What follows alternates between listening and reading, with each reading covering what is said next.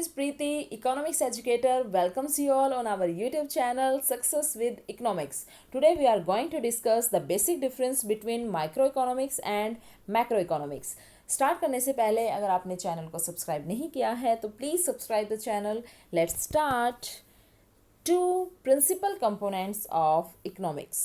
Ragnar Frisch, an eminent economist, has divided economics into two parts in 1933. 1933 में Ragnar फ्रिश ने economics को two parts में divide किया, micro economics, macro economics. Micro economics जिसको हिंदी में व्यष्टि शास्त्र कहते हैं, मैक्रो इकोनॉमिक्स जिसको हिंदी में समष्टि शास्त्र कहते हैं. इनको हम और ज़्यादा डिटेल में पढ़ेंगे. Micro economics, the term micro in English language has its origin in Greek word micros which means small. Micro economics व्यष्टि शास्त्र ग्रीक भाषा के माइक्रोस से लिया गया है जिसका मतलब है स्मॉल, छोटा. At individual level, economic activities are studied in microeconomics. व्यक्तिगत स्तर पर हम आर्थिक इकाइयों का अध्ययन करते हैं व्यष्टि शास्त्र में. व्यष्टि शास्त्र में किसी particular firm, particular house hold, individual price level and particular commodity के बारे में हम स्टडी करते हैं. इनको हम अच्छे से पढ़ते हैं. Micro economics is known as price theory. व्यष्टि शास्त्र का दूसरा नाम कीमत सिद्धांत भी है. Most important point, micro economics is known as price theory, कि व्यष्टि शास्त्र को हम कीमत सिद्धांत भी कहते हैं. Macro economics, the term macro English language has its origin in the Greek word macros which means large.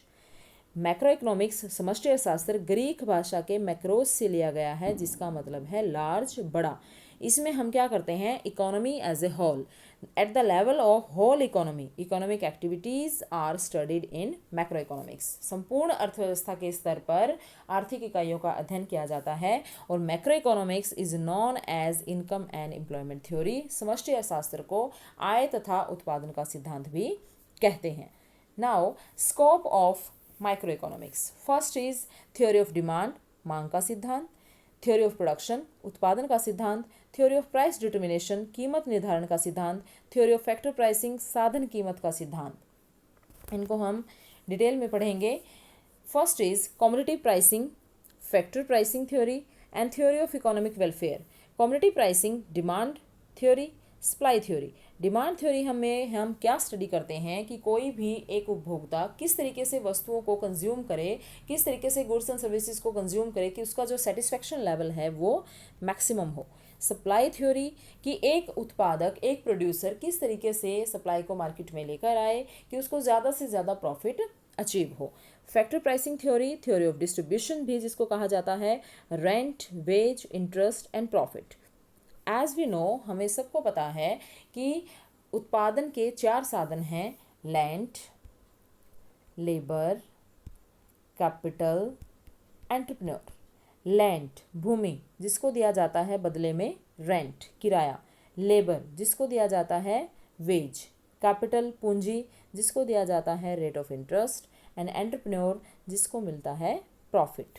उत्पादन के चार साधन हैं, भूमि, श्रम, पूंजी, उद्यम, जिनको जब उनकी फैक्टर सर्विसेज ली जाती हैं तो उनको बदले में क्या दिया जाता है, फैक्टर पेमेंट की जाती है. फैक्टर पेमेंट किस सेंस में, rent, wage, interest and profit की सेंस में. Then theory of economic welfare जिसमें हम क्या स्टडी करते हैं कि what to produce, how to produce, when to produce and for whom it is to be produced. जिसमें हम ये स्टडी करते हैं कि क्या उत्पादन किया जाए, कैसे उत्पादन किया जाए, कब उत्पादन किया जाए और किसके लिए उत्पादन किया जाए. ये सब सेंट्रल प्रॉब्लम है एक इकोनॉमी की. इनको हम अच्छे से माइक्रो इकोनॉमिक्स में स्टडी करते हैं.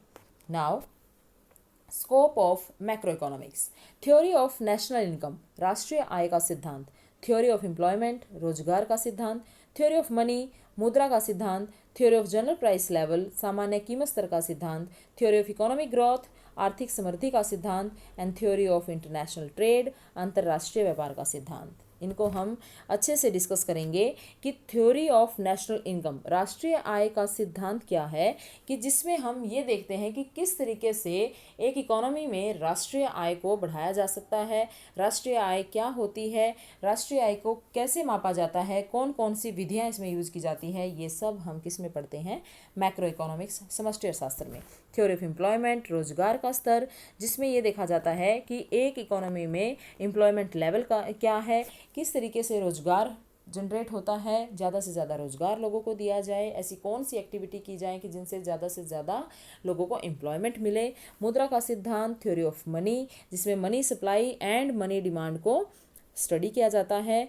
देन सामान्य कीमत स्तर का सिद्धांत, theory of general price level, की कीमत स्तर के सिद्धांत के बारे में भी हम मैक्रो इकोनॉमिक्स में स्टडी करते हैं। थ्योरी ऑफ इकोनॉमिक ग्रोथ, आर्थिक समृद्धि, एक इकोनॉमी किस तरीके से आर्थिक विकास और समृद्धि को प्राप्त करती है। And theory of international trade, open economy का जो कंसेप्ट है वो भी हम मैक्रो इकोनॉमिक्स में स्टडी करते हैं, जहाँ पर एक्सपोर्ट एंड इम्पोर्ट को हमने अच्छे से स्टडी करना है।